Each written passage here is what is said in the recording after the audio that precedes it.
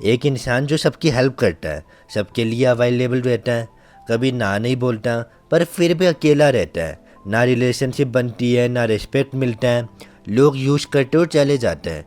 कहीं ये इंसान तुम तो नहीं हो? इसका एक नाम है नाइस गाय सिंड्रोम, और आज हम इसी के बारे में बात करने वाले हैं। ले आते need and want. Nice guy की सबसे बड़ी प्रॉब्लम यही है कि वो अपने नीड और वांट को क्लियरली एक्सप्रेस कर ही नहीं पाता।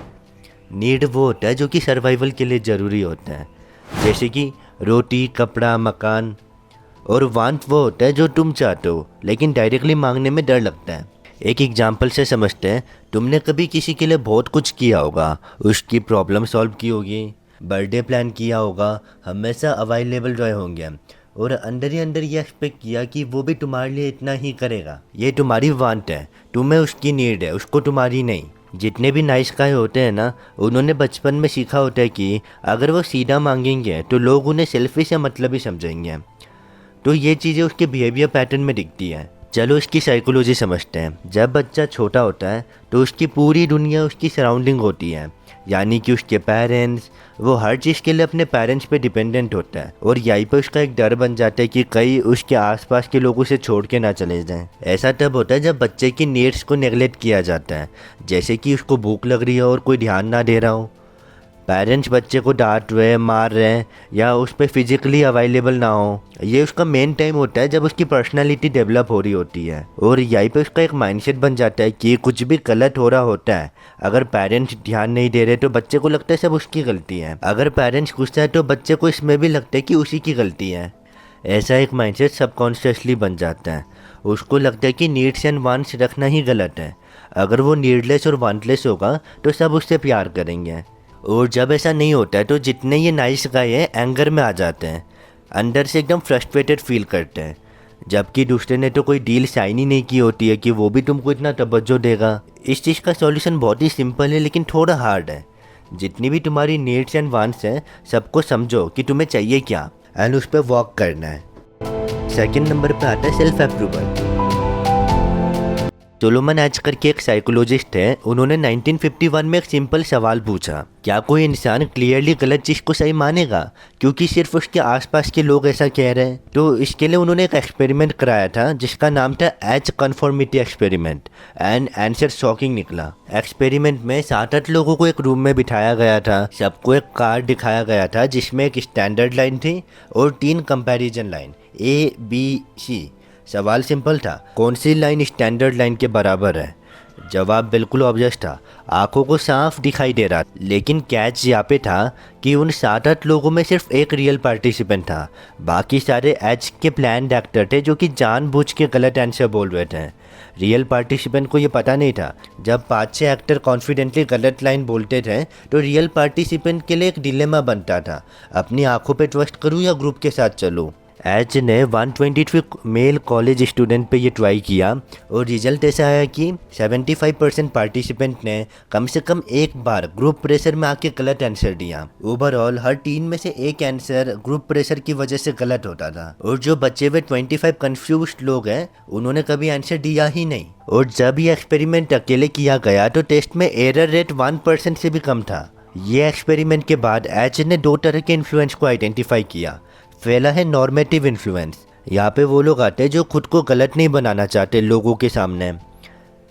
ये सोशल अप्रूवल चाहते हैं, चाहे कितना ही गलत क्यों ना हो। लोग सही आंसर जानने के बाद भी ग्रुप के साथ जा रहे थे ताकि एक्सेप्टेड रहे। दूसरे नंबर पे आते हैं इन्फॉर्मेशनल इन्फ्लुएंस। ये वो लोग हैं जो खुद पे सेल्फ डाउट करते हैं कि इतने सारे लोग एक जैसा बोल रहे तो शायद मैं ही गलत हूँ। जब इनका परसेप्शन मेजोरिटी से क्लैश करता है तो ब्रेन सोचता है कि मेरे सेंस में कोई कमी होगी। जितने भी नाइस गाय हमेशा दूसरों की अप्रूवल ढूंढते हैं। वो खुद को तब तक वैलिड फील नहीं करते जब तक बाकी लोग उसे अप्रिशिएट नहीं करते हैं। मार्केटिंग में भी ये यूज होता है, जैसे कि 5000 लोगों ने ये प्रोडक्ट यूज़ किया है।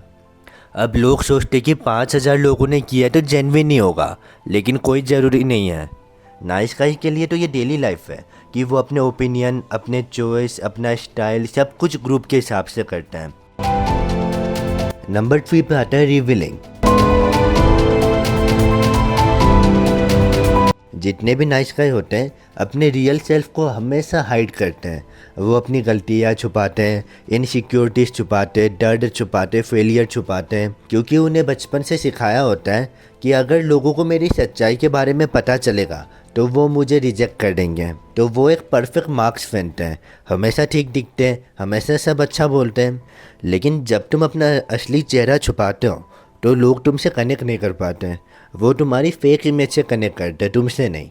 रिवीलिंग का मतलब ये नहीं है कि तुम दुनिया के सामने कुछ भी बोल दो। पहला स्टेप ये होता है कि एक सेफ इंसान को ढूंढो जिस पे ट्रस्ट कर सकते हो, एक ऐसा इंसान जो जज ना करे। शुरू में छोटी छोटी बातें शेयर करो जो तुम्हारे लिए अनकंफर्टेबल है लेकिन इतनी बड़ी नहीं है। जब ट्रस्ट बनता है फिर धीरे धीरे गहरी बातें शेयर कर सकते हो। जितने भी नाइस गाय हैं ना, सबके अंदर अलग अलग फीलिंग होती है कि मैं अच्छा इंसान नहीं हूँ, और वो ये फीलिंग छुपाते हैं क्योंकि उन्हें लगता है अगर लोगों को पता चलेगा तो वो मुझे छोड़ देंगे। जब तक ये सीक्रेट अंदर बंद है तब तक हीलिंग नहीं होती। रिवीलिंग यानी सच्चाई को सेफ जगह पे सेव करना, यानी सेम को ख़त्म करना। फिर से बोल रहा हूँ कि रिवीलिंग का ये मतलब नहीं है कि तुम दुनिया के आगे कुछ भी बोल दोगे। एक एग्जाम्पल से देखते हैं। रोहन जो कि एक रिकवरिंग अल्कोहलिक था और नो मोर मिस्टर नाइस ग्रुप का मेंबर भी था। 12 साल से वो सोबर था। सोबर का मतलब वो इंसान जो अल्कोहल या ड्रग्स के इन्फ्लुएंस से बिल्कुल फ्री होता है। एक रात वो ग्रुप सेशन में आया तो बिल्कुल चुप था। 30-40 मिनट हो गए, किसी से कुछ भी नहीं बोला, अंदर से टूटा हुआ था लेकिन बाहर से कुछ शो नहीं कर रहा था। यही नाइस का ही पैटर्न है, अंदर से दुखी, बाहर से ठीक। जब ग्रुप ने नोटिस किया और पूछा कि क्या बात है रोहन, मैं आज ऑलमोस्ट आया ही नहीं था। सच बताओ तो मैं ग्रुप छोड़ देने के बारे में सोच रहा था। ग्रुप में सन्नाटा छा गया। सबने पूछा क्या हुआ, किसी ने गेस किया क्या कोई अफेयर है। रोहन ने कहा नहीं, उससे भी बहुत बुरा, पता नहीं बता सकता हूँ या नहीं। ग्रुप ने सपोर्ट दिया, इनकरेज किया, और फिर रोहन ने बताया कि पिछले हफ्ते बॉस ने उसको सबके सामने डांटा। रोहन गुस्से और सेम से घर गया, बीवी से बात करना चाहता था पर बीवी कुछ काम में बिजी थी और लड़ाई हो गई, और उस रात वो बार में चला गया और अल्कोहल कंज्यूम कर लिया। 12 साल से किसी भी अल्कोहल को हाथ भी नहीं लगाया था उसने, जो कि एक रात में टूट गया। रोहन की आंखों में आंसू आ गए थे। बोला कि मैं बहुत बुरा इंसान हूँ, मैंने इतना कुछ कर दिया, सब बर्बाद कर दिया मैंने। वो ग्रुप छोड़ने के इरादे से आया था क्योंकि उसको लगता था कि अब उसको कोई भी एक्सेप्ट नहीं करेगा। और जब उसने ये सब बातें रिवील की, ग्रुप में किसी ने उसको जज नहीं किया। ग्रुप मेंबर ने उसके कंधे पे हाथ रखा और उसको भरोसा दिलाया। एक बंदे ने उसको टिश्यू का डब्बा थमाया। ग्रुप के सारे मेंबर ने उसको दिलासा दिया कि तू बुरा इंसान नहीं है, तूने एक गलती की है और हम तेरे साथ हैं, आज भी कल भी। जब रोहन ने ये सारी बातें रिवील की, अब उसका मन थोड़ा हल्का हो गया।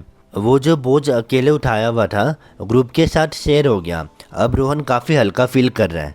ग्रुप मेंबर ने सलाह दी कि किसी भी ग्रुप मेंबर को कॉल किया करो और बातें शेयर किया करो।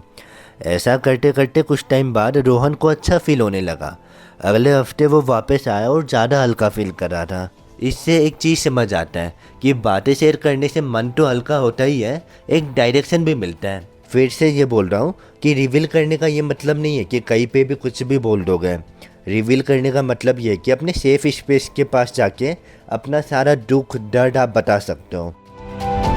नंबर 4 पे जो आता है, जो कि नाइस गाय में बहुत कॉमन है, इसका नाम है विक्टिम ट्रायंगल। इसका नाम है विक्टिम ट्रायंगल। 3 रोल होते हैं, रेस्क्यूअर, विक्टिम, परसिक्यूटर। रेस्क्यूअर वो होता है जो हमेशा दूसरों को बचाने आता है, कहता है कि मैं हूँ ना, मैं सब ठीक कर दूंगा, दूसरों की प्रॉब्लम्स को अपना बना लेता है। विक्टिम वो है जिसने सब बिगाड़ा है और अब वो हेल्पलेस फील करता है, कहता है कि मैं कुछ कर ही नहीं सकता, सब मेरे वजह से हो रहा है। परसिक्यूटर वो है जो ब्लेम करता है, क्रिटिसाइज करता है और कंट्रोल करता है, कहता है तुम ही गलत हो, तुम्हारी वजह से सब हुआ है। जितने भी नाइस गाय होते हैं पहले रेस्क्यूअर का रोल प्ले करते हैं, हमेशा दूसरों की हेल्प करते हैं, सब प्रॉब्लम सॉल्व करते हैं, और फिर जब कोई अप्रिशिएट नहीं करता वो विक्टिम बन जाता है, और जब फ्रस्ट्रेशन बहुत ज़्यादा हो जाता है वो परसिक्यूटर बन जाते हैं, पैसिव एग्रेसिव हो जाते हैं, ताना मारते, ये एक दिन सबको ब्लेम करने लग जाते हैं। विक्टिम ट्रायंगल का बेस्ट एग्जाम्पल है नोबिता। हाँ, डोरेमोन वाला नोबिता। नोबिता हमेशा डोरेमोन का गैजेट लेके शिजुका के पीछे पड़ा रहता है, उसकी हेल्प करता है और उसके लिए 24/7 अवेलेबल रहता है। लगता है वो बहुत केयरिंग है, राइट? गलत, वो केयर टेकिंग है ना कि केयरिंग है। केयरिंग का मतलब ये है कि तुम किसी के लिए अवेलेबल हो जस्ट बिकॉज उसको तुम्हें चाहिए एंड तुम्हें उसकी फ़िक्र है।